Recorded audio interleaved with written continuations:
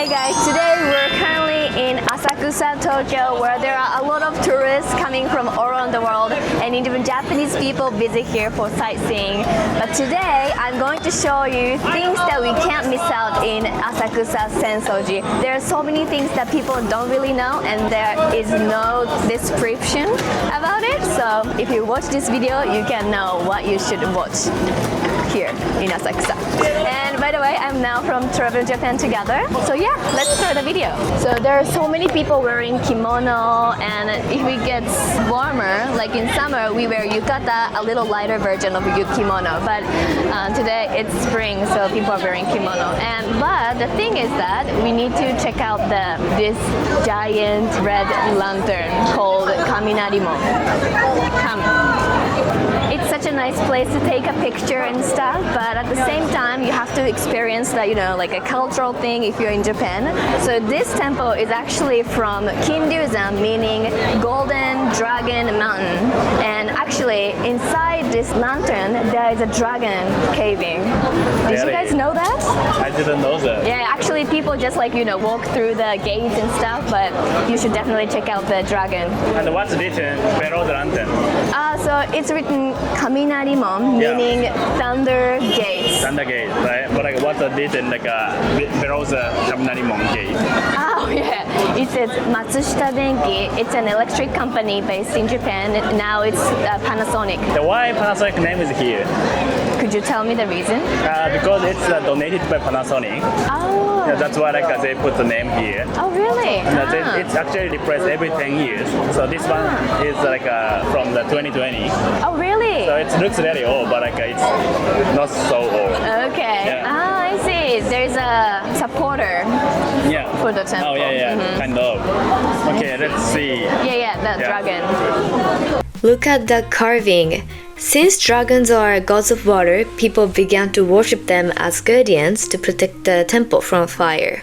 And this is why Golden Dragon is part of Sensoji's official name. By the way, this is the symbol mark of Buddhism, just so you know. On the side there are two different characters, Fujin and Raijin, and I'm gonna explain who these are. Raijin, the thunder god, is located on the right side of the gate. He holds drums to create thunder and protect the temple from disasters. Fujin, the wind god, is located on the left side of the gate. He carries a large bag of wind and is worshipped for bringing peace and a rich harvest. Once you pass the gate, there are a lot of shops where you can buy souvenirs or food and a lot of things, so we're gonna see around. This is the oldest shopping street in Japan, and you can still feel the atmosphere and taste of it. Okay, nice. There are a lot of people coming from different countries and different prefectures in Japan. Even when I came to Tokyo for the first time, I visited this place. I also visited here for the school trip. Oh really? When I was a junior high school student. So it is also very memorable for me to come here again. It's a souvenir shop, and there is a daruma. It's a Japanese traditional object. You draw the left eye while making a wish and wheel in the right eye once it comes true. Now gave me Daruma when I started the company. Yeah. So which is still in my office. Really? Because our wish Hasn't come true yet. So yeah, when it's come true, I will feel the one more eye. And I'll give you the next one. The bigger one. Bigger one. Thank you. Actually, if you visit in Japan during summer, you can enjoy summer festival in Japan, and this place has that atmosphere. If you're visiting spring, autumn, winter, it's kind of hard to find festivals in Japan, like this kind of festive vibes, but if you come here, you can enjoy that vibe. Also, during the spring, the cherry blossom, sakura is really famous in Japan, and a lot of things turns into sakura, like even Starbucks coffee and stuff, but here we have sakura beans, cherry blossom beans, and that sounds really good. Can you tell there is a tall tower right here? This is called Tokyo Skytree. This is the tallest tower in Japan and the third tallest building in the world. If you go up there, you can actually see the skyline and Tokyo sea view and stuff. So if you are interested in that, you should definitely visit Tokyo Skytree as well. What is the function of this building? This is a transmission tower for like cell phone or TV and stuff. Yeah. But you have a Tokyo Tower as well, right? What's the difference between them? The difference is just the color. No, I'm just kidding. The difference between these two are, so first Tokyo Tower was built in old days, but like there are a lot of buildings started built around that area, like tall buildings. So it became hard to connect the transmission. So people decided to build another tower right here, which is Tokyo Skytree. So now we have like a restriction that we can't build tall buildings around here. And by the way, how tall is it? It's actually 634 meter. Wow, it's so high. I know, I need like 100 of me, or I guess a bit more. Yeah. It's almost twice bigger than Tokyo Tower. That's really big. Actually, inside the buildings, there is department store, like where you can buy things, and also aquarium inside that tower. Isn't it crazy? It's crazy. Yeah. I can't believe. I know. You know, ramen is one of the famous things in Japan, and this is where shoyu ramen first created. Really? Yeah. It must be really good. I've tried it once, but it was really good. We have another first thing right here. So this is the first kindergarten in Japan. So in Asakusa Sensoji, they often have these lanterns, and these are actually a donation from people or companies. If you actually look at them, they have like a different names, hotels and shops. So if you walk around Asakusa, you might see these pictures, and this actually from a story about Asakusa. This is the beginning or origin of this temple. It used to be a river around here, and there were two fishermen trying to, catch fish, and they were using the net. And once they went on the sea, they got Buddha amulet, and they didn't know what that is, so they threw it away. But they went to the sea again, and they got that amulet again. And so they asked the professional what the thing is, and the professional told them this is Buddha amulet. So they made a small house for this amulet, and this is the beginning of this huge Asakusa Sensoji. Okay, this is the final gate to the main hall, and this is called Hozo-mon, meaning treasure storage.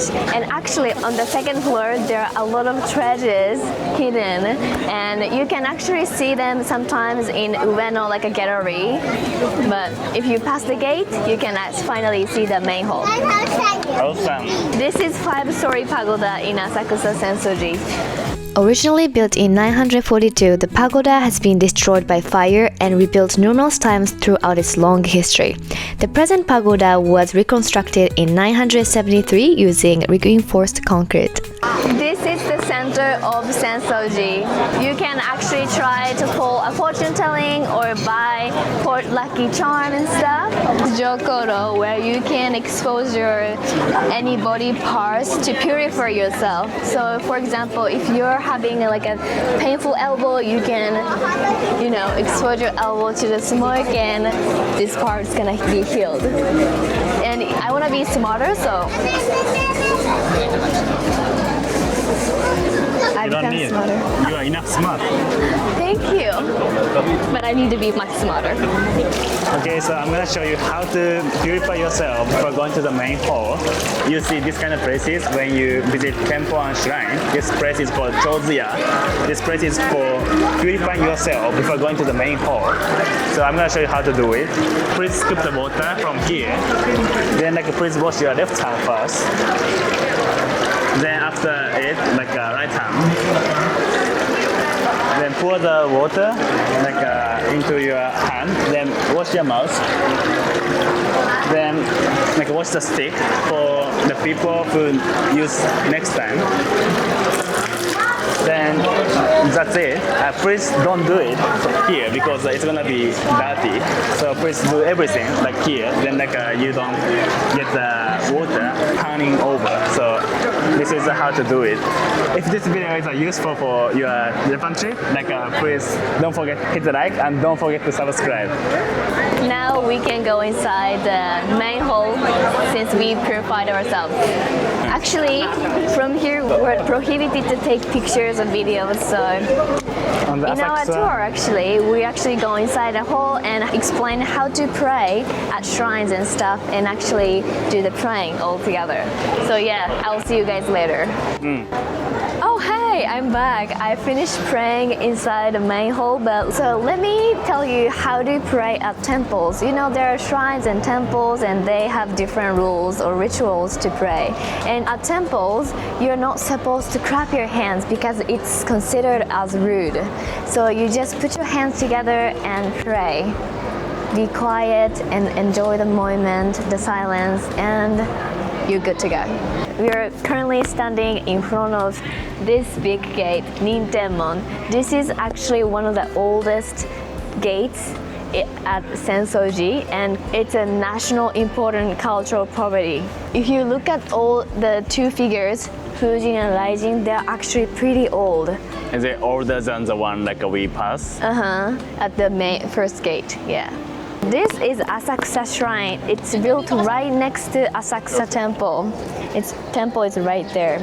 And it's really unique that they are built really close together. Nowadays, usually temples and shrines are built a little far apart because back in old days, so the emperor at the time was afraid of Buddhism getting so much power at the time. So they decided to divide Buddhism and Shintoism, divide them apart.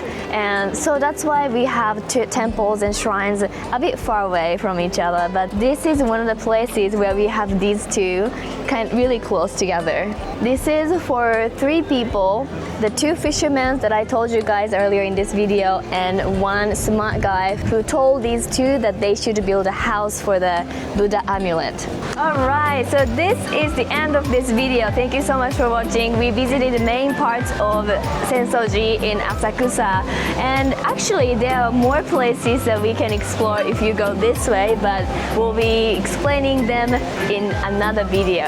And also we offer Asakusa tour and also different tours all across Japan, so if you ever visit in Japan, please reach out to us, Travel Japan Together.